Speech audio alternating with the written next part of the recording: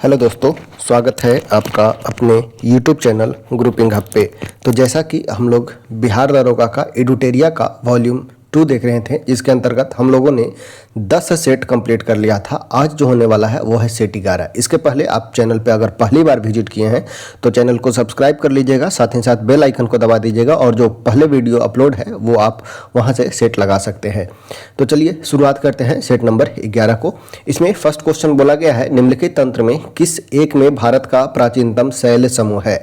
इसमें से किस तंत्र में जो है भारत का प्राचीनतम शैल समूह है, तो हो जाएगा सबसे प्राचीन शैल तंत्र पाया जाता है आर्कियन क्रम के चट्टानों में। ठीक है, सबसे प्राचीनतम शैल समूह पाया जाता है आर्कियन क्रम के चट्टानों में। अगर बात किया जाए चट्टान का निर्माण का, तो सबसे पुराना हो जाएगा वो हो जाएगा आर्कियन क्रम। ठीक है, सबसे पुराना बात किया जाए तो सबसे पुराना है आर्कियन के बाद हो जाएगा वो हो जाएगा धारवाड़ क्रम के चट्टान। ठीक है, धारवाड़ क्रम के चट्टान। धारवाड़ के बाद होगा कुडप्पा क्रम के चट्टान, कुडप्पा क्रम के चट्टान, और कुडप्पा के बाद जो होगा वो होगा विंध्यन क्रम के चट्टान। वही अगर बात किया जाए सबसे नया का, ठीक है, तो सबसे नया जो हो जाएगा वो हो जाएगा गोंडवाना क्रम के चट्टान। ठीक है, गोंडवाना क्रम के चट्टान जो हो जाएंगे सबसे नया हो जाएंगे। ठीक है, तो क्रम याद रखिएगा, सबसे पुराना आर्कियन और सबसे नया गोंडवाना। तो आर्कियन, धारवाड़, कुडप्पा, विंध्यन और गोंडवाना। ठीक है, तो यहाँ पे सबसे पूछा गया था भारत का प्राचीनतम शैल समूह, तो यह भारत का प्राचीनतम हो जाएगा वो हो जाएगा आर्कियन क्रम के चट्टान। नेक्स्ट है हिमालय पर्वत श्रृंखला की पूर्वी पहाड़ी का उत्तर से दक्षिण की ओर विस्तार बताना है। हिमालय पर्वत श्रृंखला का जो विस्तार है, हिमालय पर्वत श्रृंखला का विस्तार पूर्वी पहाड़ी का, ठीक है, पूर्वी पहाड़ी का विस्तार बताना है उत्तर से दक्षिण। ठीक है, नॉर्थ टू साउथ का क्रम बतलाना है। तो इसमें अगर बात किया जाए पटकाई बूम का बात करें तो यह अरुणाचल प्रदेश में है। ठीक है, अरुणाचल प्रदेश में है पटकाई बूम। नागालैंड में हो जाएगा। मणिपुर पहाड़ी मणिपुर में, और मिजोरम में हो जाएगा। तो यहाँ पे देखते हैं ये हमारा अरुणाचल प्रदेश का क्षेत्र, अरुणाचल प्रदेश के बाद नागालैंड, मणिपुर और ये हो जाएगा वो हो जाएगा मिजोरम। ठीक है, तो ऑप्शन नंबर हो जाएगा ए। ठीक है, अरुणाचल प्रदेश में है पटकाई बूम, नागा पहाड़ी हो जाएगा नागालैंड में, मणिपुर पहाड़ी मणिपुर में और मिजो पहाड़ी मिजोरम में हो जाएगा। तो नॉर्थ टू साउथ का क्रम हो जाएगा वो हो जाएगा ए, पटकाई बूम, नागा, मनी और मिजो। अगर बात किया जाए अरुणाचल प्रदेश में, तो अरुणाचल प्रदेश में एक तो पटकाई बूम याद रखना है, दूसरा है वो है डाफला, मीरी, अभोर और मिसमी। ठीक है, डाफला, मीरी, अभोर और मिसमी ये सभी पहाड़ी जो है अरुणाचल प्रदेश में है। नागालैंड में याद रखना है नागा पहाड़ी नागालैंड में है। मणिपुर में याद रखना है मणिपुरी पहाड़ी और लोमाटोल पहाड़ी, मणिपुरी पहाड़ी और लोमाटोल पहाड़ी मणिपुर में याद रखना है। मिजोरम में मिजो पहाड़ी और लुसाई पहाड़ी। ठीक है, मिजोरम में मिजो और लुसाई पहाड़ी मिजोरम में है। ठीक है, तो ऑप्शन हो जाएगा ए, उत्तर से दक्षिण की ओर क्रम पूछा गया था।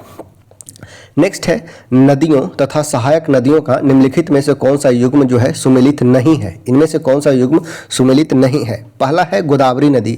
गोदावरी का सहायक इंद्रावती है क्या, तो सही है, गोदावरी का जो सहायक नदी इंद्रावती है। अगर बात करते हैं गोदावरी का, तो गोदावरी का सहायक नदी जो है वो है पूर्णा है, वर्धा हो जाएगा, पेनगंगा हो जाएगा, वेनगंगा हो जाएगा, इंद्रावती हो जाएगा, प्राणहिता हो जाएगा। गोदावरी का बात किया जाए तो यह महाराष्ट्र के नासिक के त्र्यंबकेश्वर नामक स्थान से निकलता है तथा प्रायद्वीपीय भारत की सबसे बड़ी नदी है वो है गोदावरी। ठीक है, इंद्रावती गोदावरी का सहायक नदी है। गंगा का बात किया जाए तो गंगा, पेनगंगा ये गलत हो जाएगा, पेनगंगा जो है वो गोदावरी का सहायक नदी है। ठीक है, पेनगंगा है, पेनगंगा गोदावरी का सहायक नदी है, ना कि गंगा का। ठीक है, पेनगंगा गोदावरी का सहायक है, ना कि गंगा का। अगर बात करते हैं हम गंगा का, तो गंगा की सबसे बड़ी नदी और सबसे पवित्र नदी माना जाता है, राष्ट्रीय नदी का दर्जा इसे दिया गया है। गंगा का नदी बात किया जाए तो इसके प्रमुख सहायक नदी में आ जाएंगे रामगंगा। ठीक है, रामगंगा का बात किया जाए तो गंगा का प्रथम सहायक नदी है गोमती है, घाघरा है, गोमती है, घाघरा नदी, गंडक नदी, कोसी नदी, कोसी, बागमती, ये सभी जो है बागमती, सोन, यमुना, कर्मनाशा, ये सभी गंगा की सहायक नदियां हैं। ठीक है, गोदावरी का हो जाएगा पेनगंगा, तो ऑप्शन बी यहाँ पे हमारा सुमेलित नहीं है। ठीक है, गंगा का हो जाएगा रामगंगा, गोमती, घाघरा, गंडक, कोसी, बागमती, सोन, यमुना और कर्मनाशा। ठीक है, अगर बात किया जाए कृष्णा नदी का, तो यहाँ पे कृष्णा नदी का, तो कृष्णा नदी भारत के प्रायद्वीपीय भारत की दूसरी सबसे बड़ी नदी है। ठीक है, प्रायद्वीपीय भारत की दूसरी सबसे बड़ी नदी है। प्रायद्वीपीय भारत की दूसरी सबसे बड़ी नदी है, सेकेंड सबसे बड़ी नदी है कृष्णा। ठीक है, कृष्णा का बात किया जाए तो कृष्णा का सहायक नदी हो जाएगा, कृष्णा की सहायक नदी हो जाएगा भीमा हो जाएगा, तुंगभद्रा हो जाएगा, यहाँ पे तुंगभद्रा प्रोजेक्ट भी देखने को आपको मिलेगा, तुंगभद्रा हो जाएगा, कोयना हो जाएगा जो महाराष्ट्र में है, कोयना डैम, कोयना हो जाएगा, घाट प्रभा हो जाएगा, घाट प्रभा हो जाएगा, माल प्रभा हो जाएगा। ये सभी कृष्णा की सहायक नदी है। ठीक है, प्रभा, घाट प्रभा, माल प्रभा, तुंगभद्रा, कोयना कृष्णा की सहायक नदी हो जाएगा। लूनी का बात किया जाए तो यह अजमेर राजस्थान के दक्षिण पश्चिम में अरावली पहाड़ी से होती हुई कुल 511 किलोमीटर में बहती है। लूनी नदी यह एक अंतर्वाही नदी है जो लवनी नदी के नाम से भी जाना जाता है। ठीक है, इसकी सहायक नदी अगर का बात किया जाए लूनी का, तो लूनी का सहायक नदी है सरस्वती, बांडी, सुखरी, सुक्री, जवाई और सागरमती। ठीक है, नेक्स्ट है monsoon burst. Monsoon burst Kerala, Karnataka, Goa और महाराष्ट्र के तटीय क्षेत्रों में किस अवधि के दौरान घटित होता है? तो मानसून ब्रस्ट कब होता है? तो मानसून ब्रस्ट होता है जून के पहले सप्ताह में। ठीक है, केरल, कर्नाटक, गोवा में यानी कि मानसून ब्रस्ट यानी कि मानसून का प्रस्फुटन यानी कि आगमन कब होता है? तो ये होता है जून के प्रथम सप्ताह में। दक्षिण पश्चिम मानसून के दौरान वर्षा अचानक शुरू हो जाता है। पहली वर्षा का यह परिणाम होता है कि तापमान को बहुत कम कर देता है। तेज गर्जन और बिजली के साथ नमी भरी हवाओं की अचानक शुरुआत के साथ सामान्यतः मानसून ब्रस्ट होता है।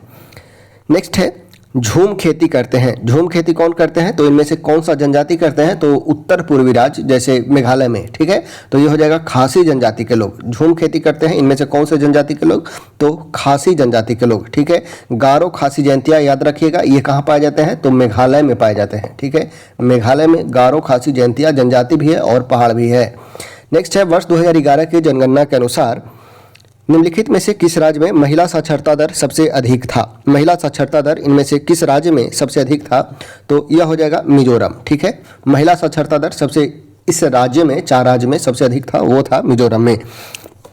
अगर बात किया जाए वर्ष 2011 की जनगणना के अनुसार साक्षरता दर का, तो भारत की कुल साक्षरता दर जो थी वो था 74.04%। ठीक है, 74.04% कुल साक्षरता दर था। वही अगर बात किया जाएगा महिला का, तो महिला का साक्षरता दर जो रहा है वो रहा है 65.46% महिला का। वही अगर बात करें हम पुरुष का, तो पुरुष का जो साक्षरता दर रहा था वो रहा था 82.14%। ठीक है, 82.14% पुरुष का, 65.46% महिला का, और ओवरऑल जो परसेंटेज था लिटरेसी रेट वो है 74.07%। ठीक है, अगर बात करें हम साक्षरता दर का, तो साक्षरता दर कितने एज के लोगों को साक्षर माना जाता है? तो लगभग 7 वर्ष से अधिक के लोग अगर पढ़ना लिखना जानते हैं तो उन्हें हम साक्षर मानते हैं। ठीक है, तो 7 वर्ष एज क्राइटेरिया है, वो है 7 वर्ष।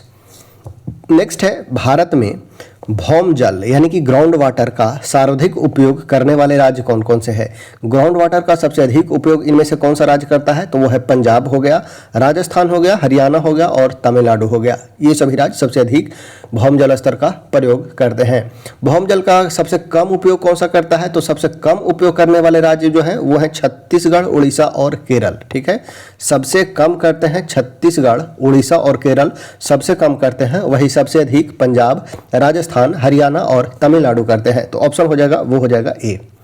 नेक्स्ट है क्वेश्चन नंबर है 8। पूछा गया है गंगा के निचले मैदानों की यह विशेषता है कि यहाँ वर्ष भर जलवायु उच्च तापमान के साथ आर्द्र बनी रहती है। ठीक है, वर्ष भर क्या है? तो जलवायु जो है उच्च तापमान के साथ आर्द्र बनी रहती है। इस क्षेत्र के लिए निम्नलिखित फसलों के युग में कौन सा एक युग्म सबसे अधिक है? यानी कि उच्च तापमान के साथ आर्द्रता वाले मौसम में जलवायु में कौन सा फसल सबसे उपयुक्त होगा?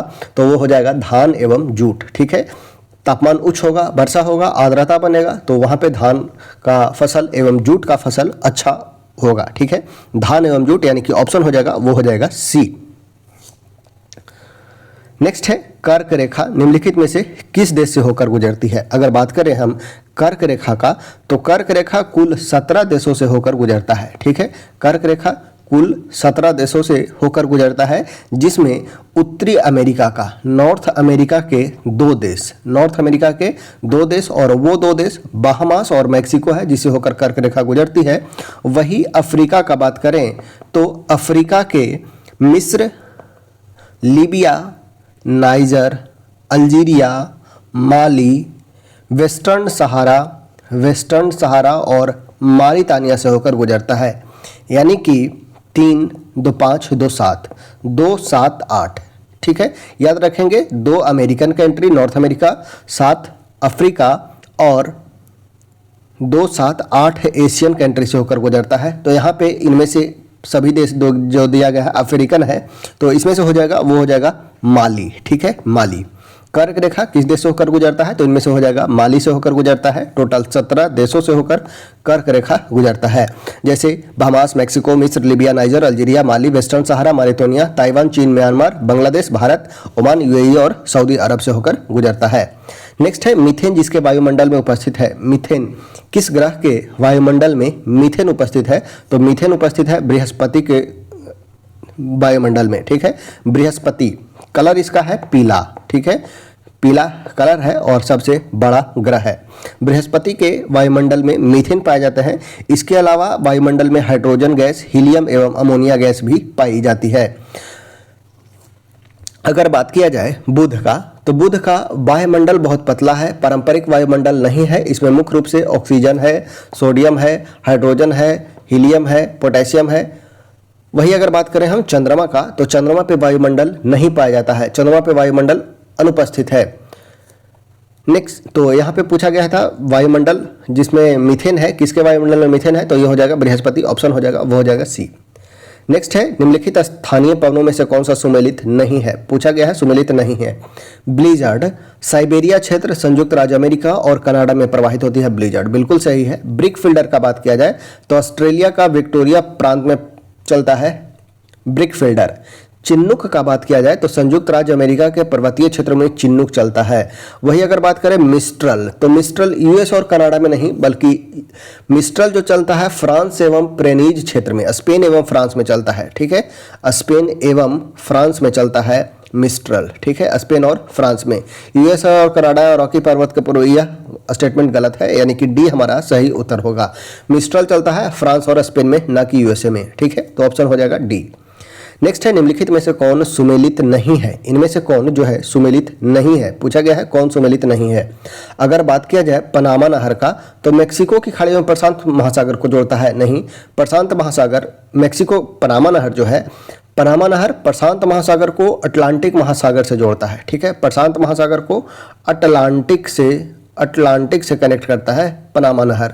तो फर्स्ट जो है हमारा स्टेटमेंट सुमेलित नहीं है। स्वेज नहर लाल सागर को भूमध्य सागर से जोड़ता है, तो यह भी गलत है, तो सेकंड भी हमारा गलत है। कील नहर उत्तरी सागर को बाल्टिक सागर से कनेक्ट करता है, तीसरा हमें सही है। पूछा गया है कौन सही नहीं है, तो पहला और दूसरा जो है वो सही नहीं है। ठीक है, पहला दूसरा सही नहीं है। पनामा नहर जो है वो प्रशांत महासागर को अटलांटिक से कनेक्ट करता है, स्वेज नहर लाल सागर को भूमध्य सागर से कनेक्ट करता है, कील जो है उत्तरी को बाल्टिक।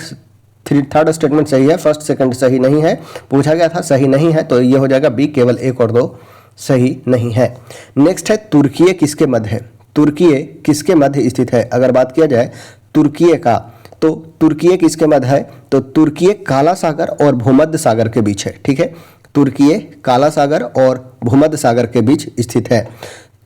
इसके उत्तर में काला सागर, दक्षिण में भूमध्य सागर तथा पश्चिम में जो है एजियन सागर है। ठीक है, ऑप्शन हो जाएगा बी, तुर्की काला सागर और भूमध्य सागर के बीच हो जाएगा, ऑप्शन हो जाएगा बी।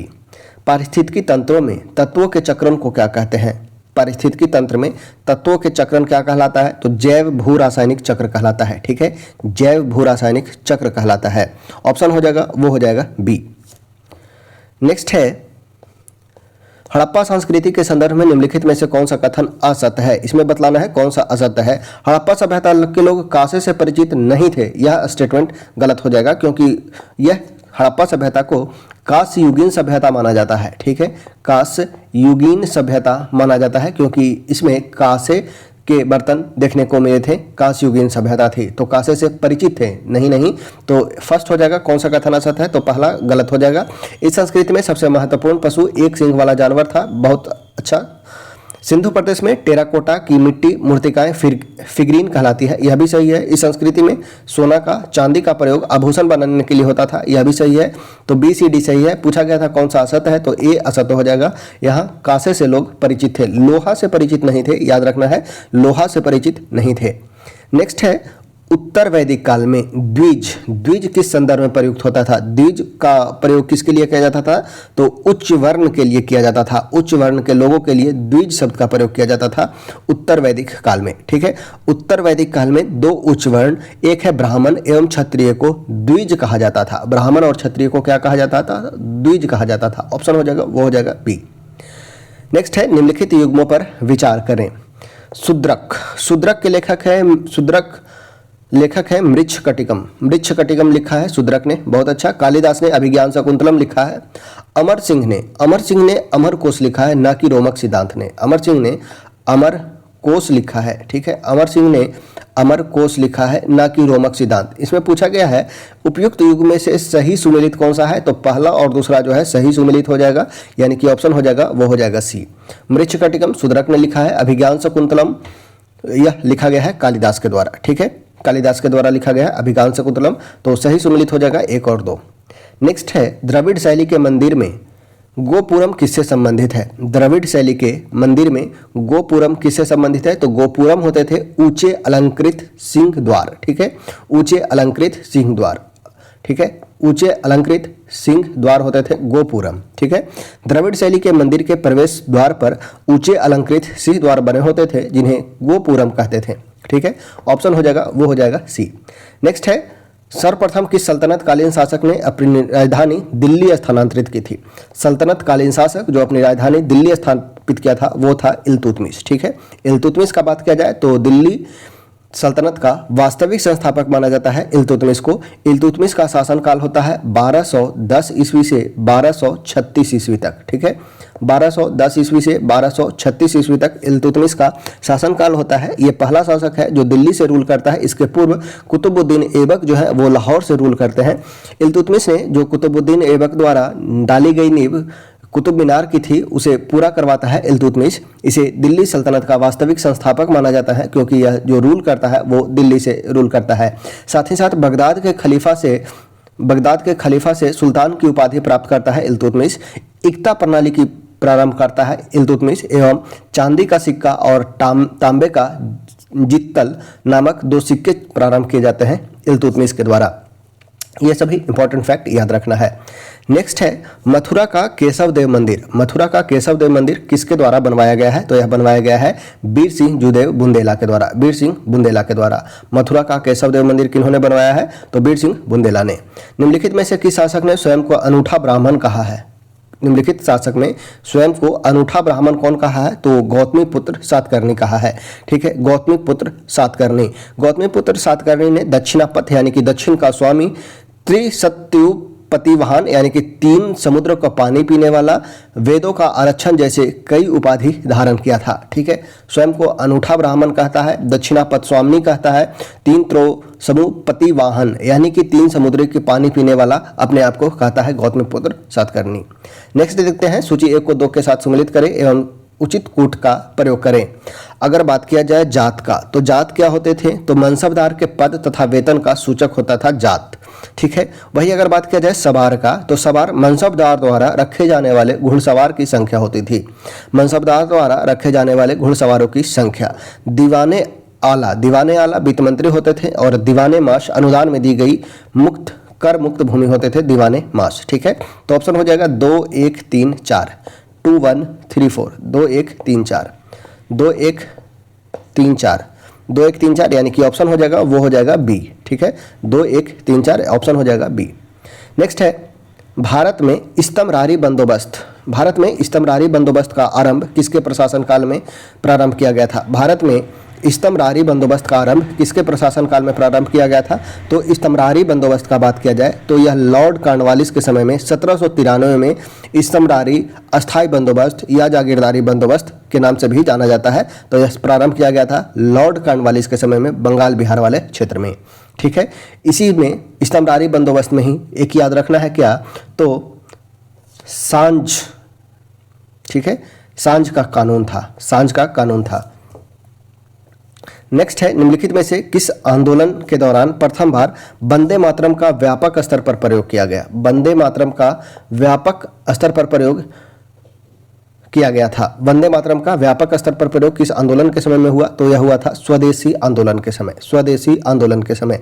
अगर बात किया जाए स्वदेशी आंदोलन का तो यह कब हुआ? स्वदेशी आंदोलन हुआ 7 अगस्त 1905 ईस्वी को। 7 अगस्त 1905 ईस्वी को बंगाल विभाजन के विरुद्ध में शुरुआत हुआ स्वदेशी आंदोलन। ठीक है, नेक्स्ट है, निम्नलिखित में कौन होम रूल लीग आंदोलन की स्थापना से जुड़े नहीं थे? होम रूल लीग का बात किया जाए तो 1916 में एनी बेसेंट एवं लोकमान्य तिलक के द्वारा होम रूल लीग की स्थापना की गई थी। इनमें से लोकमान्य तिलक थे, एनी बेसेंट थे, सुब्रमण्यम अय्यर भी थे।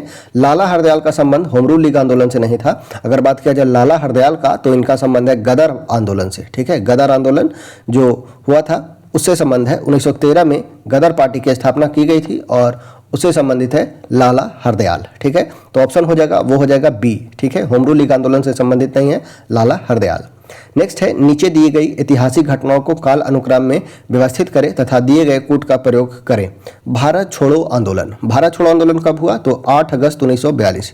डेट याद रखना है, 8 अगस्त 1942, 8 अगस्त 1942। क्रिप्स मिशन का बात किया जाए तो क्रिप्स मिशन 23 मार्च, ठीक है, 23 मार्च 1942 को आया था क्रिप्स मिशन। ठीक है, 23 मार्च 1942। और क्रिप्स से ही याद रखना है कैबिनेट मिशन, कैबिनेट मिशन जो आया था वो आया था 24 मार्च को। ठीक है, कैबिनेट मिशन 24 मार्च 1946 को आया था। तो यहाँ से याद रखिएगा 23 मार्च और 24 मार्च। 23 मार्च को क्रिप्स मिशन, 24 मार्च को कैबिनेट मिशन। नौसेना का विद्रोह का बात किया जाए तो नौसेना विद्रोह हुआ था 1946 में। ठीक है, फरवरी 1946 में नौसेना विद्रोह होता है। लाल किला मुकदमा का बात किया जाए तो लाल किला मुकदमा हुआ था नवंबर 1945 में। ठीक है, नवंबर 1945 में लाल किला मुकदमा हुआ था। यहाँ पे पूछा गया है व्यवस्थित क्रम में अनुसार सजाना है तो सबसे पहले हो जाएगा वो हो जाएगा क्रिप्स मिशन यानी कि 2 हो जाएगा सबसे पहले। उसके बाद हो जाएगा भारत छोड़ो आंदोलन 1942 का यानी कि 1 हो जाएगा। उसके बाद हो जाएगा वो हो जाएगा नवंबर 1945 का यानी कि लाल किला मुकदमा यानी कि 4। और फिर हो जाएगा नौसेना विद्रोह यानी कि 3 फरवरी 1946 में नौसेना विद्रोह हुआ था। तो 2, 1, 4, 3 हो जाएगा। ठीक है, भारत छोड़ो आंदोलन 8 अगस्त 42, क्रिप्स मिशन 30 मार्च 42, नौसेना विद्रोह फरवरी 46 और लाल किला मुकदमा नवंबर 1945 में हुआ था। ठीक है, तो याद रखिएगा। नेक्स्ट है, भारत की स्वतंत्रता के समय ब्रिटेन के पीएम कौन थे? भारत की स्वतंत्रता के समय ब्रिटेन के पीएम कौन थे? तो ये थे क्लाइमेट एटली। ठीक है, एटली घोषणा भी आप पढ़े होंगे। तो क्लाइमेट एटली वहां के पीएम थे, ब्रिटेन के पीएम थे। ठीक है, भारत का स्वतंत्रता माउंट बेटन योजना के तहत मिली थी जिसे बाद में भारतीय स्वतंत्रता अधिनियम 1947 के रूप में जाना गया। माउंट बेटन योजना का बात किया जाए तो माउंट बेटन योजना, डेट याद रखना है 3 जून। ठीक है, 3 जून 1947 को माउंट बेटन योजना आया था। ठीक है, 3 जून 1947। नेक्स्ट है, निम्नलिखित में से किस अधिनियम ने पहली बार गवर्नर जनरल की विधान परिषद में अतिरिक्त गैर सरकारी सदस्यों के अंतर्वेशन का अधिकार मुहैया करवाया था? तो वह था भारत परिषद अधिनियम 1861 के तहत। ठीक है, भारत परिषद अधिनियम 1861 द्वारा वायसराय की विधान परिषद में न्यूनतम 6 और अधिकतम 12 अतिरिक्त मनोनीत सदस्य का प्रावधान किया गया। इनमें से कम आधे सदस्य का गैर सरकारी होना आवश्यक था, किंतु इनकी शक्ति विधि निर्माण तक ही सीमित होती थी। नेक्स्ट है क्वेश्चन नंबर 29, 77वां भारतीय सेना दिवस, 77 नंबर का भारतीय सेना दिवस 2025 का थीम क्या है? तो थीम है समर्थ भारत सक्षम सेना, समर्थ भारत सक्षम सेना। ऑप्शन हो जाएगा वो हो जाएगा सी, समर्थ भारत सक्षम सेना। ऑप्शन जो हो जाएगा वो हो जाएगा सी, समर्थ भारत सक्षम सेना। नेक्स्ट है, वर्तमान में भारत के 16वें महान्यायवादी, 16वें महान्यायवादी कौन है? वर्तमान में भारत के 16वें महान्यायवादी कौन है? तो महान्यायवादी वर्तमान में आर वेंकटरमणी है। ठीक है, आर वेंकटरमणी वर्तमान में महान्यायवादी हैं। अगर बात किया जाए संजीव खन्ना का तो ये 52वें नंबर के CJI हैं, चीफ जस्टिस ऑफ इंडिया है संजीव खन्ना। संजीव खन्ना 51वें नंबर के हो जाएंगे संजीव खन्ना। तुषार मेहता का बात किया जाए तो सोलिसिटर जनरल है तुषार मेहता। न्यायमूर्ति प्रकाश श्रीवास्तव का बात किया जाए तो एनजीटी के अध्यक्ष हैं प्रकाश श्रीवास्तव। पूछा गया था महान्यायवादी का वर्णन जो है वो है आर्टिकल 76 में, ठीक है। महान्यायवादी वर्णन है अनुच्छेद 76 में। देश का सर्वोच्च विधि अधिकारी होते हैं वर्तमान में कौन है, तो ये है आर वेंकट रमनी, ठीक है, आर वेंकट रमनी। ऑप्शन हो जाएगा वो हो जाएगा ए। नेक्स्ट है 31, मुख्यमंत्री सुख शिक्षा योजना। मुख्यमंत्री सुख शिक्षा योजना का संबंध किस राज्य से है, तो मुख्यमंत्री सुख शिक्षा योजना हिमाचल प्रदेश सरकार ने शुरुआत किया है, ठीक है, हिमाचल प्रदेश सरकार ने। मुख्यमंत्री सुख शिक्षा योजना हिमाचल प्रदेश का याद रखना है। जो वर्तमान में मुख्यमंत्री है हिमाचल प्रदेश के सुखविंदर सिंह सुक्खू हैं, ठीक है, तो वहां से सुख से याद रखना है। मुख्यमंत्री सुख शिक्षा योजना कहां, तो हिमाचल प्रदेश के द्वारा शुरुआत किया गया है। यह योजना के तहत 18 वर्ष से कम आयु के बच्चे को 1000 रुपया मासिक अनुदान मिलेगा, ठीक है। हिमाचल प्रदेश सरकार ने अन्य जैसे मुख्यमंत्री बाल पौष्टिक आहार योजना, सौर ऊर्जा परियोजना स्थापित करे, पहले इंदिरा गांधी प्यारी बहन सुख सम्मान निधि योजना, अपना विद्यालय कार्यक्रम योजना भी लाया है। ये सभी योजना हिमाचल प्रदेश सरकार ने लाया है। नेक्स्ट है लिथियम अन्वेषण और खनन में सहयोग को मजबूत करने के लिए भारत ने फरवरी 2025 में किसके साथ समझौता किया है, तो लिथियम अन्वेषण और खनन में सहयोग को मजबूत करने के लिए भारत ने अर्जेंटीना के साथ समझौता किया है, ठीक है। भारत ने किसके साथ समझौता किया है, तो अर्जेंटीना के साथ समझौता किया है। लिथियम ट्रायंगल जो है अर्जेंटीना सम्मिलित है। अर्जेंटीना अपने विशाल लिथियम भंडार के लिए जाना जाता है। नेक्स्ट है हाल ही में किसे भारत रत्न 2024 नहीं दिया गया है। इसमें पूछा गया है भारत रत्न 2024 इनमें से किसे नहीं दिया गया है, तो कर्पूरी ठाकुर को दिया गया है, चौधरी चरण सिंह को दिया गया है, लाल कृष्ण आडवाणी को दिया गया है, पीवी नरसिम्हा राव को दिया गया है और एमएस स्वामीनाथन को दिया गया है, ठीक है। पीवी नरसिम्हा राव को और एमएस स्वामीनाथन को हाल ही में 2024 का भारत रत्न 5 व्यक्तियों को दिया गया है। तो इनमें से किसे नहीं दिया गया है, तो शारदा सिन्हा को नहीं दिया गया। ऑप्शन हो जाएगा वो हो जाएगा बी, शारदा सिन्हा।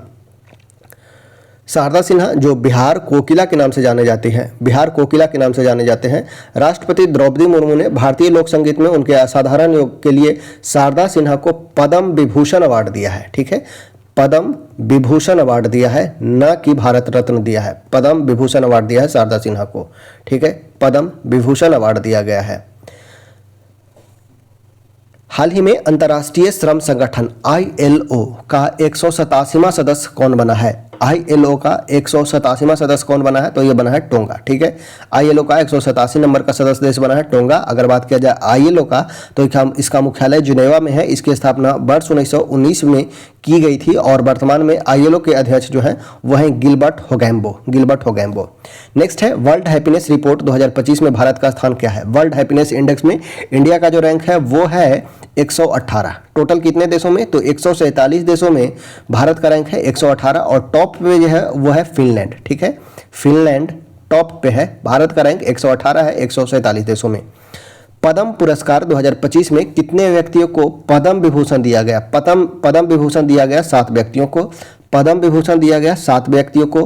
पद्म भूषण, ठीक है, पद्म भूषण का अगर बात किया जाए तो पद्म भूषण दिया गया है 13 व्यक्तियों को, ठीक है, पद्म भूषण 13 व्यक्तियों को, पद्म विभूषण 7 व्यक्तियों को एवं 113 व्यक्ति, ठीक है, 113 व्यक्ति को पद्म श्री अवार्ड दिया गया है, ठीक है, पद्म श्री 113 व्यक्तियों को दिया गया है।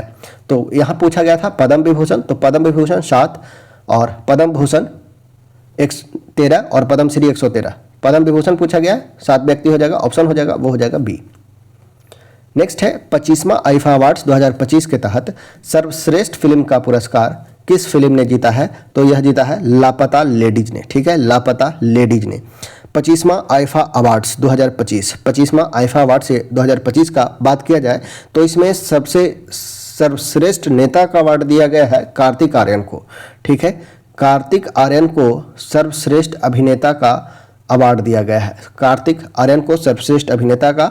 अभिनेत्री में नीतांशी गोयल को लापता लेडीज में काम करने के लिए नीतांशी गोयल को सर्वश्रेष्ठ अभिनेत्री का अवार्ड दिया गया है। वही किरण राव जो लापता लेडीज के निर्देशक हैं, सर्वश्रेष्ठ निर्देशक दिया गया है किरण राव को। नेक्स्ट है वनडे क्रिकेट में भारत के लिए सर्वाधिक शतक लगाने वाली महिला क्रिकेटर कौन में है, तो यह है स्मृति मंधाना, ठीक है, स्मृति मंधाना। ऑप्शन हो जाएगा वो हो जाएगा सी। महिला one day cricketer of the year दिया गया है स्मृति मंधाना को। बीसीसीआई अवार्ड्स 2025 के तहत सर्वश्रेष्ठ अंतर्राष्ट्रीय महिला क्रिकेटर दिया गया है स्मृति मंधाना को। ठीक है, स्मृति मंधाना ओडीआई में सर्वाधिक शतक लगाने वाली महिला क्रिकेटर बनी है। उन्होंने वनडे में कुल 11 शतक लगाए हैं। ठीक है, कुल 11 शतक लगाए हैं। नेक्स्ट है, एआई टूल्स को अपराध घोषित करने वाला पहला देश कौन बनेगा?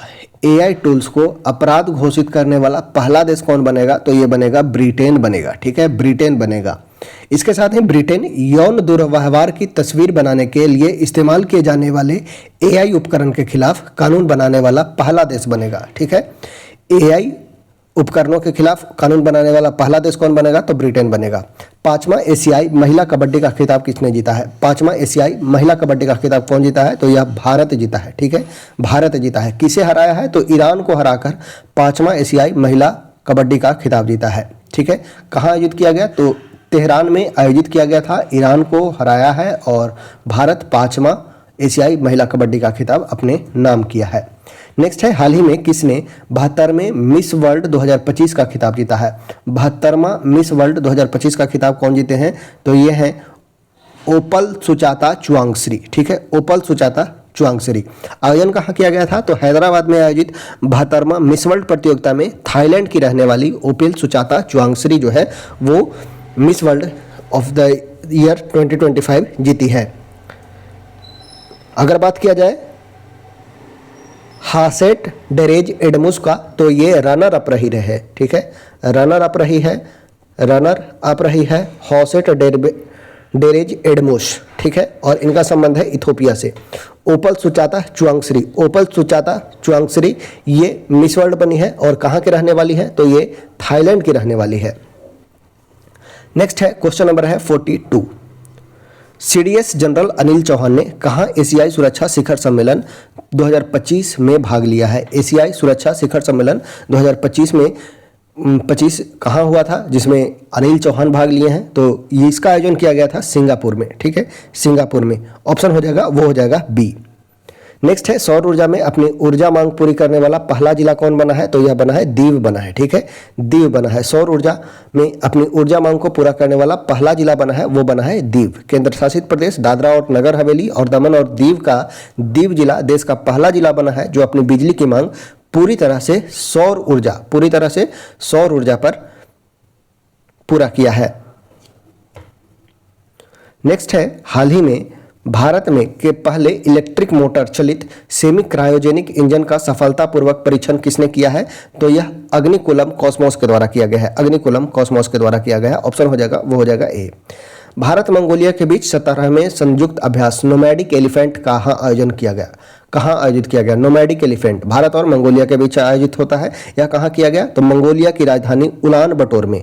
मंगोलिया की राजधानी उलान बटोर में 31 मई से 13 जून तक 31 मई से 13 जून के बीच आयोजित किया गया। ठीक है, यह एक वार्षिक अभ्यास है। भारत और मंगोलिया बारी बारी से इस अभ्यास का आयोजन करते हैं। पिछला जो था 2024 में 16वां संस्करण था, वो मेघालय के उमरोई में हुआ था। ठीक है, मेघालय के उमरोई में 2024 में हुआ था और 2025 में जो मंगोलिया की राजधानी उलान बटोर में है वहाँ पे आयोजन किया गया।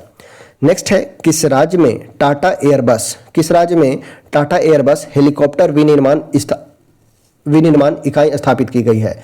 एयरबेस हेलीकॉप्टर विनिर्माण इकाई स्थापित की गई है। टाटा एयरबेस हेलीकॉप्टर विनिर्माण इकाई कहाँ? तो यह किया गया है कर्नाटक में। ठीक है, कर्नाटक में। यह सुविधा स्वदेशी एरोस्पेस विनिर्माण को बढ़ावा देगी और वैश्विक निर्यात केंद्र बनाएगा। नेक्स्ट है, भारतीय संविधान में अवशिष्ट शक्तियों का सिद्धांत कहाँ से लिया गया है? अवशिष्ट शक्ति कहाँ से लिया गया है? तो यह लिया गया है कनाडा से। ठीक है, अवशिष्ट शक्ति कहाँ से ली गई है? तो अवशिष्ट शक्ति जो है कनाडा से ली गई है। साथ ही साथ संघात्मक शासन व्यवस्था कनाडा से लिया गया है। संघात्मक प्रणाली कनाडा से लिया गया है।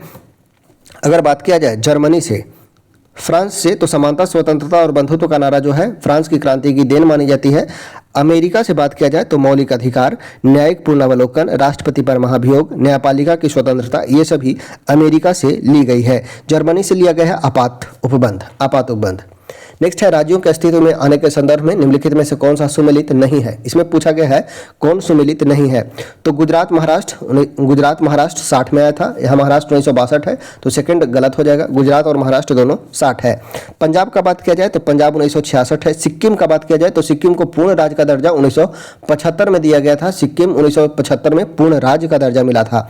झारखंड को 15 नवंबर 2000 को मिला था। तो यहाँ पे जो ऑप्शन 2 और 4 है वो गलत है, ठीक है। 2 और 4 तो ऑप्शन हो जाएगा, वो हो जाएगा ए। 2 और 4 जो है कूट वो गलत है। महाराष्ट्र 1960 में और सिक्किम 1975 में। गुजरात, पंजाब, झारखंड सही है। गुजरात 60 में, पंजाब 66 में, झारखंड 2000 में। नेक्स्ट है भारतीय संविधान के विषय में निम्नलिखित में से कौन सा कथन सही है। इसमें बताना है इनमें से कौन सा स्टेटमेंट सही है। यह सत्ता की निरंकुशता पर प्रतिबंध लगाता है, ठीक है। भारतीय संविधान सत्ता की निरंकुशता पर प्रतिबंध लगाता है, बिल्कुल सही है। सामाजिक बदलाव के लिए शांतिपूर्ण लोकतांत्रिक साधन उपलब्ध कराता है। समाज के कमजोर वर्गों को उनकी उचित हक दिलाने का शक्ति प्रदान करता है। तो इनमें से सभी स्टेटमेंट सही है, तो ऑप्शन हो जाएगा, वो हो जाएगा डी, ठीक है, वो हो जाएगा डी।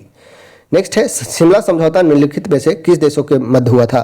शिमला समझौता, अगर बात किया जाए शिमला समझौता तो भारत और पाकिस्तान के बीच वर्ष 1972 में हुआ था। भारत और पाकिस्तान के बीच वर्ष 1972 में शिमला समझौता हुआ है, जिसमें भारत के प्रधानमंत्री इंदिरा गांधी और पाकिस्तान के राष्ट्रपति जुल्फिकार अली भुट्टो के बीच हुआ। इसमें दोनों देशों के मध्य शांति बहाली हुई थी। शिमला समझौता के तहत भारत पाकिस्तान के मध्य हुआ था 1972 में। ऑप्शन हो जाएगा, वो हो जाएगा बी।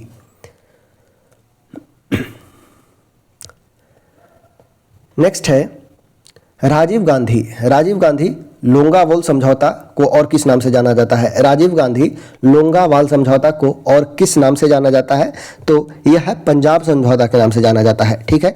पंजाब समझौता के नाम से जाना जाता है। इस समझौते के तहत चंडीगढ़ का हस्तांतरण, सेना से भागे सिखों का पुनर्वास, पंजाब और दिल्ली में हिंसा से पीड़ित लोगों के मुआवजा देना शामिल था।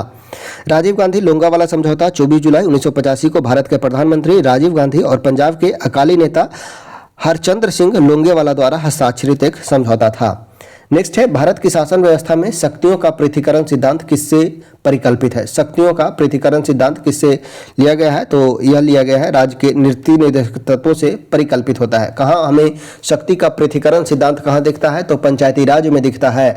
और पंचायती राज जो है कहाँ है, तो ये राज्य के नीति निर्देशक तत्व में है, ठीक है। शक्तियों का पृथक्करण सिद्धांत किसमें परिकल्पित होता है, तो राज्य के नीति निर्देशक तत्व में परिकल्पित होता है। इससे संबंधित अनुच्छेद जो है वो है अनुच्छेद 50। एक याद रखना है, अनुच्छेद 50 जो शक्तियों के पृथक्करण का उल्लेख किया गया है। इसके तहत न्यायपालिका को कार्यपालिका से पृथक्करण हेतु राज्य द्वारा कदम उठाए जाने चाहिए, ठीक है। ऑप्शन हो जाएगा, वो हो जाएगा सी। भारतीय संविधान के 2 उपबंध जो स्पष्ट रूप से न्यायिक पूर्णावलोकन की शक्ति को व्यक्त करता है वे अनुच्छेद कौन से हैं। न्यायिक पूर्णावलोकन की शक्ति को व्यक्त करता है वो है अनुच्छेद 32 और अनुच्छेद 226, ठीक है। अनुच्छेद 32 और अनुच्छेद 226 जो न्यायिक पूर्णावलोकन की शक्ति को व्यक्त करता है। ऑप्शन हो जाएगा, वो हो जाएगा बी।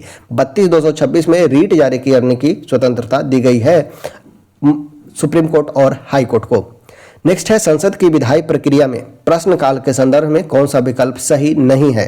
पूछा गया है प्रश्नकाल के संबंध में कौन सा विकल्प सही नहीं है, तो प्रत्येक सदन में प्रश्नकाल कार्यक्रम का प्रथम विषय होता है, बिल्कुल सही है। इस अवधि के दौरान संसद सदस्यों द्वारा मंत्रियों से उनके विभाग संबंधी प्रश्न पूछे जाता है, यह भी सही है। इस दौरान सभी प्रश्नों का उत्तर मौखिक दिया जाता है जिनके पूरक प्रश्न पूछे जा सकते हैं। तो यह स्टेटमेंट जो है वो गलत है, ठीक है। इसमें दोनों प्रकार के तारांकित और अतारांकित प्रश्न होते हैं। संसद के दोनों सदन में प्रश्नकाल कार्यक्रम का प्रथम विषय होता है। तारांकित प्रश्न और अतारांकित प्रश्न पूछे जाते हैं। तो यहाँ पे स्टेटमेंट सी जो है वो गलत है, ठीक है। सभी प्रश्नों का उत्तर मौखिक दिया जाता है जिनके पूरक प्रश्न पूछे जाते, तो सी स्टेटमेंट यहाँ पे सही नहीं है। नेक्स्ट है निम्नलिखित में कौन सी समिति भारत में चुनाव सुधार से संबंधित नहीं है। चुनाव सुधार से संबंधित इनमें से कौन सा समिति नहीं है, तो अगर बात किया जाए तारकुंडे समिति का, तारकुंडे समिति 1974 में गठन किया गया जो चुनाव सुधार से संबंधित है। इंद्रजीत गुप्ता समिति, इसका भी संबंध है चुनाव सुधार से। चिलैया समिति चुनाव सुधार से नहीं बल्कि यह टैक्स रिफॉर्मेशन से है, कर सुधार, कर प्रणाली में सुधार से है। आर चिलैया समिति टैक्स रिफॉर्म से है, टैक्स सुधार। टैक्स रिफॉर्म से संबंधित है आर चिलैया समिति। गोस्वामी समिति का बात किया जाए तो वर्ष 1990 में गठित किया गया गोस्वामी समिति। इंद्रजीत गुप्ता समिति का बात किया जाए तो 1998 में, ठीक है, इंद्रजीत गुप्ता समिति।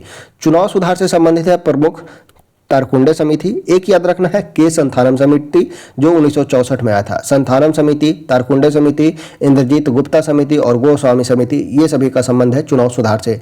चिलैया समिति कर सुधार से रिलेटेड है। नेक्स्ट है, हमारे देश में स्वतंत्रता के बाद लागू किए गए भू सुधार कार्यक्रम को किन राज्य में सर्वाधिक सफलता मिली? तो केरल और पश्चिम बंगाल में सबसे अधिक सफलता मिला था, ठीक है, केरल में और पश्चिम बंगाल में। ऑप्शन हो जाएगा, वो हो जाएगा सी। नेक्स्ट है, प्रायः समाचारों में रहने वाली नॉर्ड स्ट्रीम पाइपलाइन क्या है? नॉर्ड स्ट्रीम पाइपलाइन क्या है? नॉर्ड स्ट्रीम पाइपलाइन तो बाल्टिक सागर में रूस तथा अन्य यूरोपीय देशों को जोड़ने वाली गैस पाइपलाइन है, ठीक है। नॉर्ड स्ट्रीम पाइपलाइन क्या है? तो बाल्टिक सागर में रूस एवं अन्य यूरोपीय देशों को जोड़ने वाला गैस पाइपलाइन है नॉर्ड स्ट्रीम पाइपलाइन। नेक्स्ट है 58 नंबर में बोला गया है, भारत के संदर्भ में निम्नलिखित में से किस क्षेत्र में प्रच्छन्न बेरोजगारी की समस्या अधिक पाई जाती है? किस क्षेत्र में प्रच्छन्न बेरोजगारी की समस्या सबसे अधिक पाई जाती है? तो वह है कृषि क्षेत्र में। प्रच्छन्न बेरोजगारी सबसे अधिक किस क्षेत्र में होता है? तो कृषि क्षेत्र में। प्रच्छन्न बेरोजगारी तब होती है जब वास्तव में आवश्यकता से अधिक लोगों को नियोजित किया जाता है, तो वह प्रच्छन्न बेरोजगारी कहलाता है।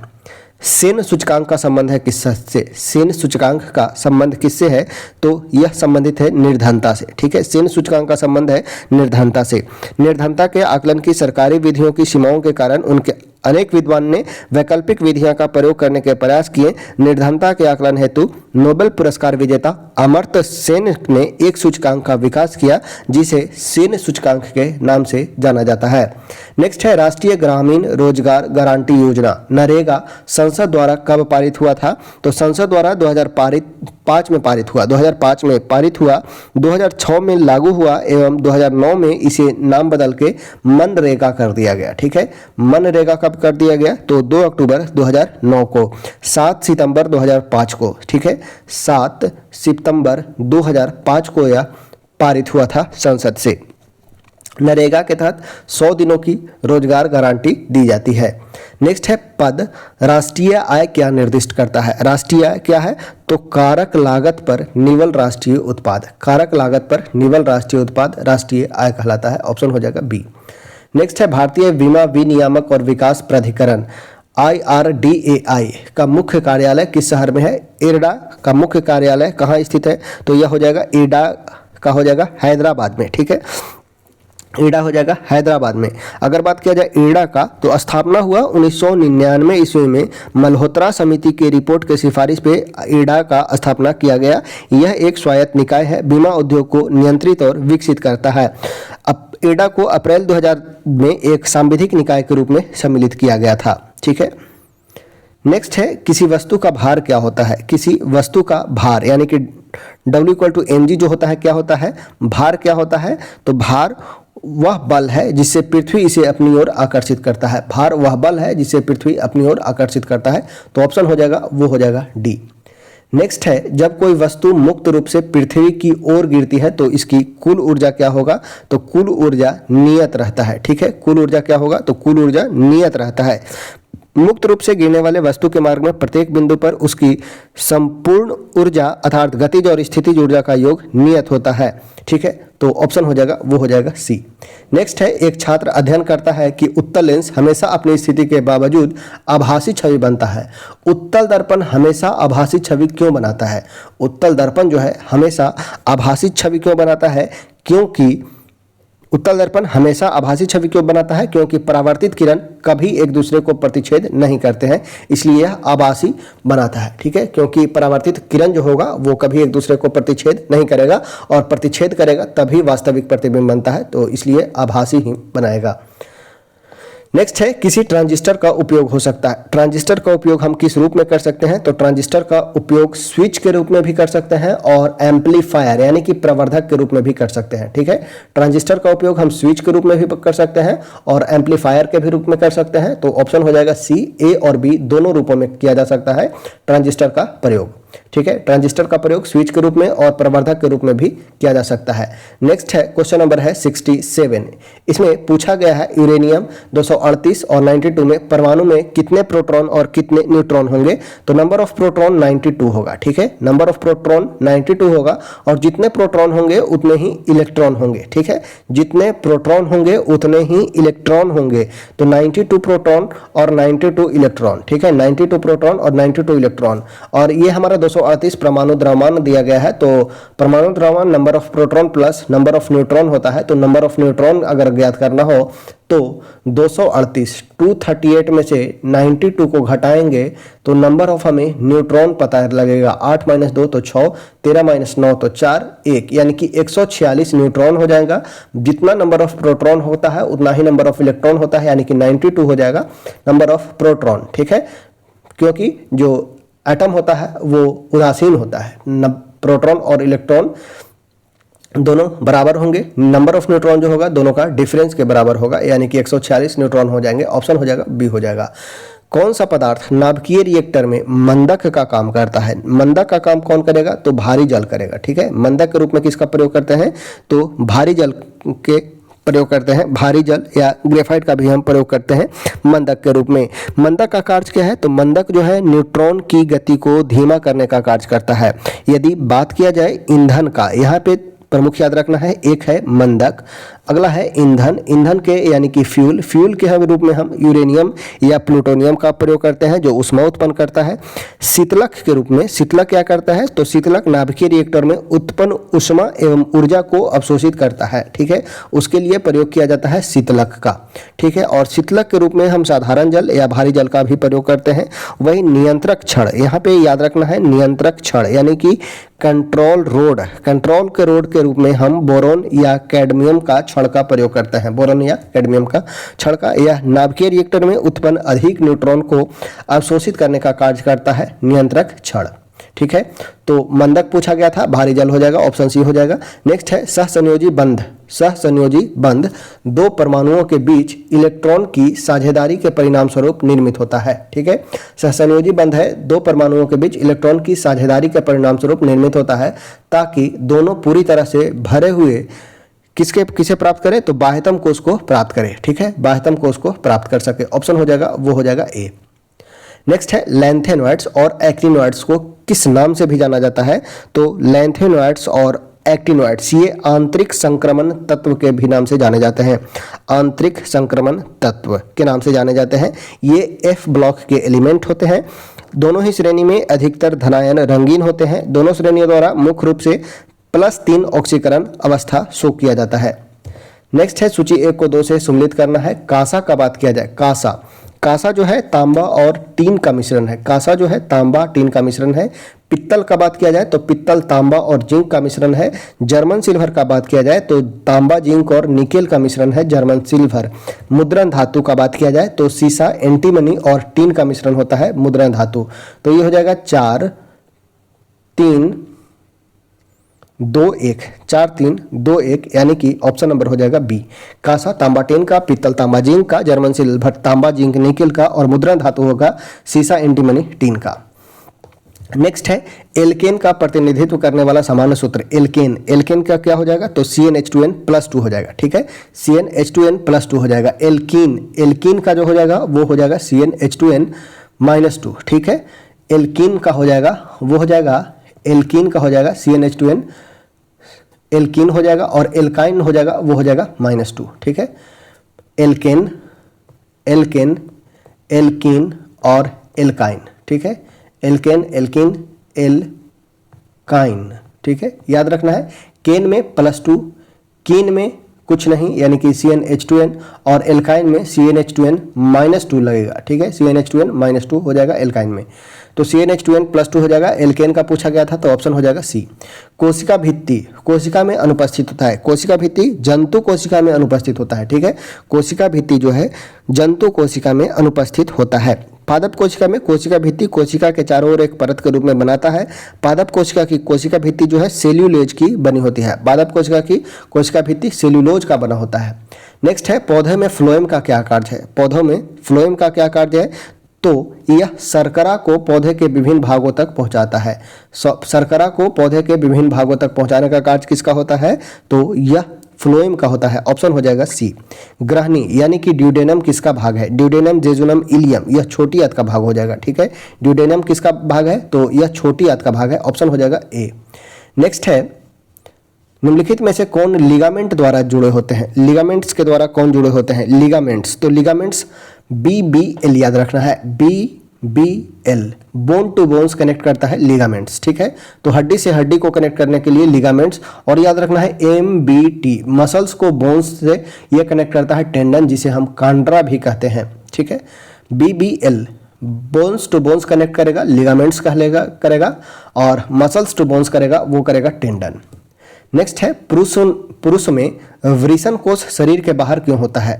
पुरुष में वृषण कोष बाहर क्यों होता है? क्योंकि शुक्राणु निर्माण के लिए सामान्य शरीर के तापमान की तुलना में कम तापमान की आवश्यकता होती है, इसलिए बाहर होता है। ऑप्शन हो जाएगा, वो हो जाएगा सी। नेक्स्ट है, फूलों के संवर्धन के विज्ञान को क्या कहते हैं? फूलों के संवर्धन के विज्ञान को क्या कहलाता है? तो यह फ्लोरिकल्चर कहलाता है। ठीक है, फूलों के संवर्धन के विज्ञान फ्लोरिकल्चर कहलाता है। जमीन पर फैलने वाले शाकीय सब्जियों का कृषि का अध्ययन ओलेरीकल्चर के अंतर्गत किया जाता है। अगर बात किया जाए पोमोलॉजी का, तो पोमोलॉजी के अंतर्गत फल का अध्ययन किया जाता है। पोमोलॉजी के अंतर्गत फ्लोरिकल्चर, यहाँ पे पूछा गया है फूलों के संवर्धन के विज्ञान, तो यह हो जाएगा फ्लोरिकल्चर। ठीक है, फूलों के संवर्धन के विज्ञान जो हो जाएगा वो कहलाएगा फ्लोरिकल्चर। ठीक है, फ्लोरिकल्चर, फ्लोरोलॉजी नहीं बल्कि फ्लोरिकल्चर हो जाएगा। ऑप्शन हो जाएगा, वो हो जाएगा सी। ठीक है, फ्लोरिकल्चर, फ्लोरोलॉजी नहीं, लॉजी मीन्स अध्ययन होता है। ठीक है, और संवर्धन यानी कि विकास हो जाएगा, तो वो हो जाएगा कल्चर। ऊर्जा पिरामिड हमेशा कैसा अवस्था में होता है? तो ऊर्जा पिरामिड हमेशा सीधी अवस्था में होता है। ऊर्जा पिरामिड की जो संकल्पना दी गई थी चार्ल्स एल्टन के द्वारा दिया गया था। ठीक है, ऊर्जा पिरामिड की संकल्पना चार्ल्स एल्टन के द्वारा दिया गया था। वही 10% नियम। ठीक है, ऊर्जा पिरामिड की संकल्पना चार्ल्स एल्टन के द्वारा, और 10% नियम जो दिया गया था वो लेंडमान के द्वारा दिया गया था। ऊर्जा पिरामिड जो होगा हमेशा सीधा अवस्था में होगा। ऑप्शन हो जाएगा बी। नेक्स्ट है, पुष्प में स्त्री केसर के शीर्ष भाग को क्या कहते हैं? पुष्पों में स्त्री केसर के शीर्ष भाग को क्या कहते हैं? तो यह अस्टिग्मा या वर्तिकाग्र कहलाता है। अस्टिग्मा या वर्तिकाग्र। नेक्स्ट है, एडवर्ड जेनर ने किसकी खोज की थी? एडवर्ड जेनर के द्वारा इनमें से क्या खोजा गया था? तो एडवर्ड जेनर ने स्मॉल पॉक्स के वैक्सीन की खोज की थी। ठीक है, स्मॉल पॉक्स के वैक्सीन की खोज एडवर्ड जेनर के द्वारा किया गया था। ठीक है, एडवर्ड जेनर ने स्मॉल पॉक्स के वैक्सीन की खोज की थी। टीबी एवं हैजे के टीके की खोज रॉबर्ट कोच के द्वारा किया गया था। ठीक है, नेक्स्ट है, जातियों की संख्या के आधार पर सबसे बड़ा संघ किसका है? तो सबसे बड़ा संघ है आर्थ्रोपोडा का। सबसे बड़ा संघ है आर्थ्रोपोडा का। आर्थ्रोपोडा के संघ के जंतु कैसे होते हैं? तो आर्थ्रोपोडा संघ के जंतु शरीर खंड युक्त और टांग जोरदार होती है। ये 3 भागों सिर, धड़ और उदर में विभक्त होता है। नेक्स्ट है, केंद्रीय कॉफी अनुसंधान केंद्र। केंद्रीय कॉफी अनुसंधान केंद्र कहाँ है? तो यह चिकमंगलुरु में है। कॉफी अनुसंधान केंद्र, कॉफी कर्नाटक, और कर्नाटक में है चिकमंगलुरु। ठीक है, ऑप्शन हो जाएगा, वो हो जाएगा सी। चिकमंगलुरु में है केंद्रीय कॉफी अनुसंधान केंद्र, चिकमंगलुरु में है। भारत में सर्वाधिक कॉफी जो है वो कर्नाटक के कुर्ग जिला में आती है। संसार का अगर बात किया जाए तो संसार में याद रखना है ब्राजील। ठीक है, ब्राजील जो है वो सबसे अधिक कॉफी का उत्पादन करता है, ब्राजील। नेक्स्ट है, ईवीएम का पहला प्रयोग, इलेक्ट्रॉनिक वोटिंग मशीन। ईवीएम का पहला प्रयोग कब हुआ था? तो वर्ष 1982 में हुआ था। ठीक है, ईवीएम का पहला प्रयोग कब हुआ? तो 1982 में केरल के परूर विधानसभा क्षेत्र निर्वाचन में उपचुनाव में ईवीएम का प्रयोग किया गया था, वर्ष 1982 में। ईवीएम ये 3 प्रकार के होते हैं, M1, M2 और M3। ईवीएम का बात किया जाए तो वर्ष 2004 के लोकसभा चुनाव के बाद भारत से प्रत्येक लोकसभा और राज्य विधानसभा चुनाव में मतदान की प्रक्रिया पूरी तरह से ईवीएम के द्वारा संपन्न किया जाता है। अगर बात किया जाए ईवीएम का, तो ईवीएम का खोज 1980 ईस्वी में MB हनीफा के द्वारा किया गया था। MB हनीफा के द्वारा ईवीएम का खोज किया गया था। नेक्स्ट है, ढोकला बनाने में प्रयुक्त विधि कौन सा है? ढोकला बनाने में कौन सा विधि प्रयुक्त किया जाता है? तो खमीरीकरण। ठीक है, स्टीरिफिकेशन, खमीरीकरण, ऑप्शन हो जाएगा वो हो जाएगा बी। भारतीय थल सेना के पूर्व कमांड का मुख्यालय कहाँ स्थित है? तो यह है कोलकाता में, ठीक है। भारतीय थल सेना के पूर्वी कमांड का मुख्यालय कोलकाता में है। भारतीय थल सेना का बात किया जाए तो यह 7 कमांडों में बटा हुआ है, ठीक है, 7 कमांड में बटा हुआ है। नेक्स्ट है हमारे राष्ट्रीय प्रतीक अशोक चक्र में कितने तिलियां हैं? तो सभी जानते होंगे 24 तिलियां हैं, ठीक है, ऑप्शन हो जाएगा डी, 24 तिलियां हैं। नेक्स्ट है 88 नंबर, पूछा गया है ट्राई ब्रेकर शब्द किस खेल से संबंधित है? ट्राई ब्रेकर का संबंध है फुटबॉल से भी है और हॉकी से भी है, तो ऑप्शन हो जाएगा डी, ठीक है। ट्राई ब्रेकर का संबंध है फुटबॉल से भी और हॉकी से भी। अगर बात किया जाए हॉकी से, तो हॉकी से है ट्राई ब्रेकर हो गया, स्कूप हो गया, वूली हो गया, पुश हो गया, पुल बैक हो गया, ये सभी हॉकी से संबंधित है। फुटबॉल से ट्राई ब्रेकर हो गया, फुल बैक हो गया, पेनल्टी स्ट्रोक हो गया, थ्रो इन हो गया, ये सभी फुटबॉल से संबंधित है। नेक्स्ट है choose the correct indirect speech of the following sentence from the option below. She said hurrah I have stood first, she said hurrah I have stood first, तो इसे हमें इनडायरेक्ट फॉर्म में change करना है। तो she exclaimed with joy that she had stood first, she exclaimed with joy that she had stood first, option हो जाएगा B. Next है निम्नलिखित में से शुद्ध वाक्य का चयन करें। इनमें से शुद्ध वाक्य कौन सा होगा? तो इनमें से शुद्ध सबसे चुनना है, तो यह हो जाएगा मेरे कमीज में 4 बटन हैं, ठीक है, मेरे कमीज में 4 बटन हैं। 4 है तो बटने नहीं होगा, 4 प्लूरल कर दिया है तो 4 बटने नहीं होगा, 4 बटने हैं। मेरे कमीज में 4 ही बटन है, यह भी नहीं होगा, मेरे कमीज में 4 बटन, ऑप्शन हो जाएगा बी। निम्नलिखित में से वर्षा ऋतु का सही संधि विच्छेद क्या होगा? वर्षा ऋतु, तो वर्षा प्लस ऋतु, ऑप्शन हो जाएगा वो हो जाएगा डी, वर्षा प्लस ऋतु, ठीक है, ऑप्शन हो जाएगा d. Choose the option of the active to passive verbs given below. I was writing an essay, I was writing an essay was being writed by me हो जाएगा, an essay was being written by me, option हो जाएगा ए।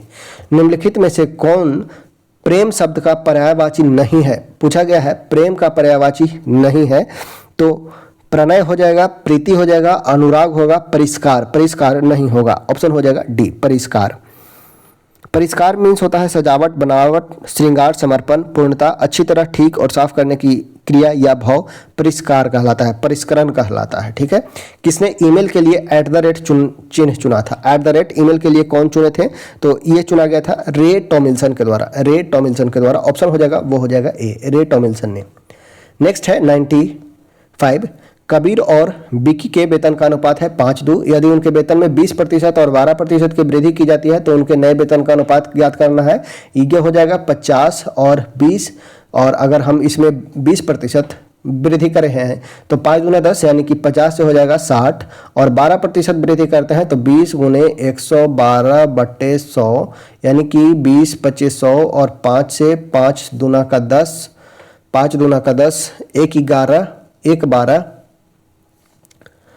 5 दूना का 10 12, 5 दूना का 10 और 22.4, ठीक है। तो 22.4 और 60 इसे रेशियो में हम चेंज करेंगे तो ये जो हमारा देगा वो होगा 75:28, ठीक है। यहाँ पे हम 10 करेंगे तो हमारा आएगा वो आएगा 75:28, ठीक है, ऑप्शन हो जाएगा सी। नेक्स्ट है किसी भाषा में स्काई इज ब्लू को 815,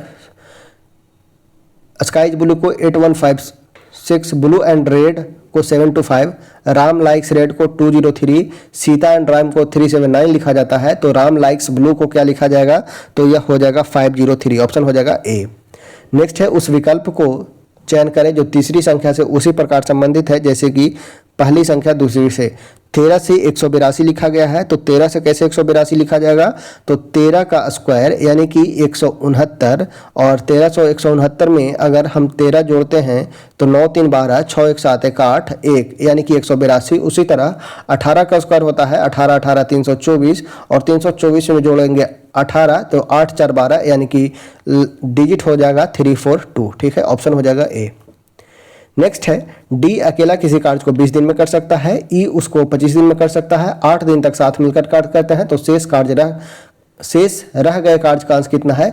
डी है वो करता है 20 दिन में, ई है वो करता है 25 दिन में। अगर एलसीएम लेते हैं तो ये हो जाएगा 100, 20 25 100 और 25 चौके 100, दोनों 8 दिन तक कार्य किए। ये एक दिन में 5 कार्य करता है, ये 4 कार्य करता है, यानी कि 5 4 9, 8 दिन तक कार्य किए, तो यानी कि 9 8 72 कार्य हो गए। तो बचा कार्य कितना, तो बचा जो कार्य रहा है वो है, बचा कार्य कितना है, तो 100 में से 72, 72 यानी कि 28, 28 बटा 100 कार्य बचा हुआ है। ठीक है, 28 बटा 100 कार्य बचा हुआ है, यानी कि 28 बटा 100 को हम लिख सकते हैं 4 7 28 और 4 से 25 चौके 100, यानी कि 7 बटा 25 कार्य अभी शेष है। ऑप्शन हो जाएगा बी। नेक्स्ट है, दिए गए विकल्प में से उस अक्षर का चयन करें जो निम्नलिखित श्रृंखला में प्रश्नवाचक चिन्ह को प्रतिस्थापित करता है। एच के बाद है आई। ठीक है, एच आई जे के एल एम नहीं एन। क्यू के बाद है, क्यू के बाद जो है टी है, आर एस नहीं टी, टी के बाद यू भी डब्ल्यू एक्स नहीं, यहाँ पे हो जाएगा वो हो जाएगा वाई। ठीक है, वाई। ऑप्शन हो जाएगा ए। नेक्स्ट है 10 20 30, 10 गुने 20 गुने 30 गुने डॉट डॉट डॉट 1000 में शून्य की संख्या हमें ज्ञात करना है। इसमें नंबर ऑफ जीरो कितना होगा, तो जीरो हो जाएगा वो हो जाएगा 124। ऑप्शन हो जाएगा बी। तो चलिए इसी के साथ जो सेट नंबर 11 है हमारा होता है समाप्त। अगर आपको अच्छा लगा हो तो एक लाइक जरूर कीजिएगा। साथ ही साथ सुझाव देने के लिए कमेंट बॉक्स खुला है, कुछ भी सुझाव देना चाहते हैं सुझाव दे सकते हैं। कोई भी दिक्कत हो परेशानी हो तो बतला सकते हैं। साथ ही साथ अगर कोई और भी टॉपिक कवर करना है तो वो भी बतला सकते हैं। चलिए इस वीडियो को यहीं पे करते हैं समाप्त। आपका कार्य है अपने दोस्तों के साथ इस वीडियो को ज़्यादा से ज़्यादा शेयर करना।